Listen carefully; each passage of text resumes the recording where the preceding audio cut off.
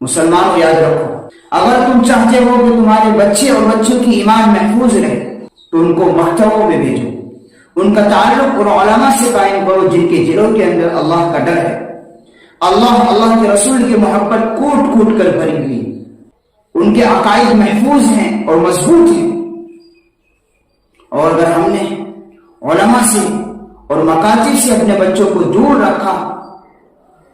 تو غالب گمان ہے کہ تمہارے بچے مرتد ہو جائیں گے۔ اللہ حفاظت فرمائے، اس لیے کہ ہم اس ملک کے اندر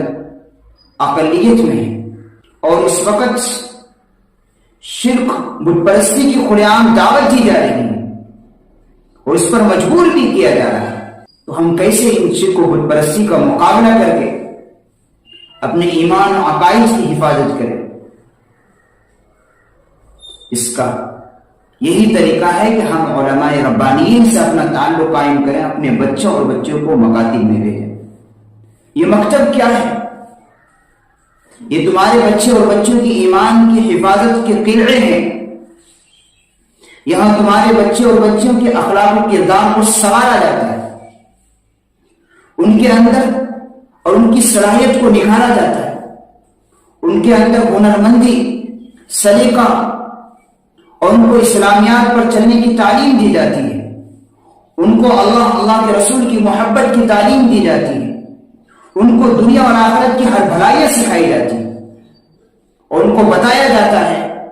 کہ سب سے قیمتی سرمایہ تمہارا ایمان ہے، اور اگر تم نے ایمان کو محفوظ کر دیا اور ایمانیات کے ساتھ اسلامیات کے ساتھ بھی زندگی گزارو گے تو دنیا اور آخرت دونوں کی کامیابی ملے گی۔ اور اگر چند کوڑیوں کی خاطر ایمان کو سودا کر دیا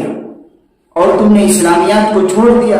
اسلامی تعلیم کو چھوڑ کر مغربی تہذیب، مغربی کلچر میں ڈھل گئے تو دنیا اور آخرت دونوں برباد ہو جائے۔ اس کی تعلیم مکتب کے اندر دی جاتی ہے۔